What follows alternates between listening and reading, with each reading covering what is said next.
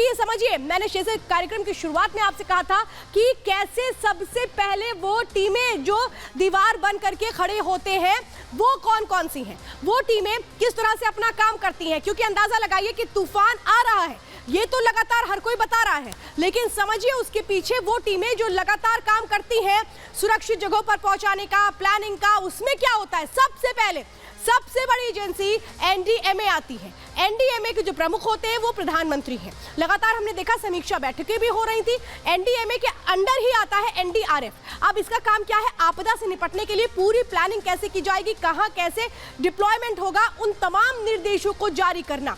तो इसके बाद आता है एनबीसी, या और एनबीसी का काम क्या होता है, देखिए गृह मंत्री के जो सचिव हैं वो इस कमेटी के प्रमुख होते हैं। अब ये नीति और योजना बनाने का काम करता है अगर इस तरीके की आपदा होती है जैसे हम देख रहे हैं। इसके बाद एसडीएमए होता है जो हर राज्य में होता है, स्टेट डिजास्टर मैनेजमेंट अथॉरिटी, हर राज्य में होता है और इसका मुख्य एक जो प्रमुख होता है वो राज्य के मुख्यमंत्री होते हैं। ये भी अलग अलग अथॉरिटी के साथ कोऑर्डिनेशन रखते हैं, स्टेट एग्जीक्यूटिव कमेटी के साथ सामंजस्य बिठा करके ये काम करते हैं। फिर DDMA, district disaster management authority. अब ये जो राज्य स्तर पर काम होता है इसमें जिला कलेक्ट्रेट इनके प्रमुख होते हैं इस अथॉरिटी के, और भी कई प्रमुख होते हैं। अगर इनकी मौजूदगी नहीं होती है तो फिर दूसरों को प्रमुख बना दिया जाता है। इसके बाद समझिए इनका काम क्या है, एनडीएमए एसडीएमए जो इंस्ट्रक्शंस देते हैं उनको पूरा करवाया जाए। इसके बाद जो स्थानीय इकाइयां हैं वो आती हैं जिसमें नगर निगम है, नगर पालिका है, पंचायती की टीम है, रेस्क्यू करना और रेस्क्यू टीम की मदद करना इनका काम होता है। क्योंकि समझिए कि ऑर्डर अगर आता है तो उस ऑर्डर को एग्जीक्यूट कैसे करवाया जाता है वो काम बहुत जिम्मेदारी का होता है। और इस जिम्मेदारी को निभाते हुए ही हमने देखा कि ये वो टीमें हैं जो दीवार की तरह खड़ी रहती हैं तूफान के सामने ताकि कम से कम नुकसान हो। लेकिन इस पूरे तूफान को लेकर के अब क्या कहा जा रहा है मौसम विभाग की तरफ से वो भी आपको सुनवाते हैं।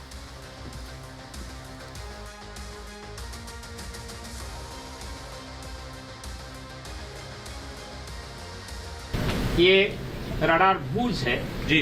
रडार भूज का ये जो क्लाउड मास आप देख रहे हैं इसको वॉल क्लाउड बोलते हैं जी सर। और ये वॉल क्लाउड धीरे धीरे आप जैसे एनिमेशन में देख रहे हैं अप्रोच कर रहे हैं सौराष्ट्र कच्छ का कोस्टल पार्ट को। जैसे ऑलरेडी हमारा जो द्वारिका डिस्ट्रिक्ट है और कच्छ डिस्ट्रिक्ट से वहाँ वॉल क्लाउड रीजन टच करके आगे बढ़ रहा है।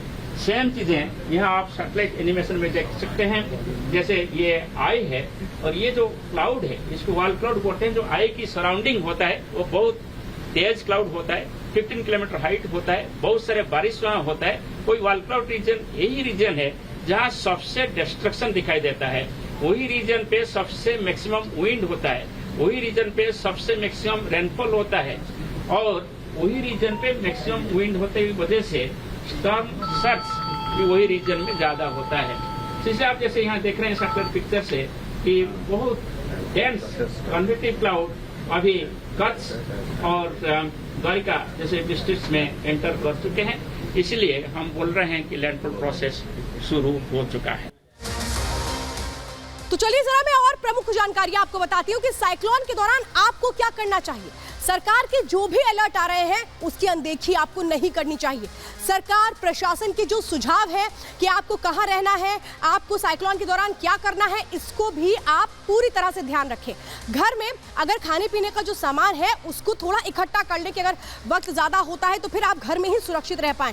सबसे अहम चीज़, अफवाहों पर ध्यान ना दें और ना ही इसे फैलाएं, क्योंकि तूफान के वक्त ये देखा जाता है कि लोग तरह तरह की बातें करते हैं, डराते हैं और ऐसे में क्या होता है कि जो लोग इन पर यकीन कर लेते हैं उनको डर और बेचैनी हो जाती है, वो उन्हीं बातों को दूसरी जगह सर्कुलेट करते हैं। तो ऐसी गलती मत करिएगा।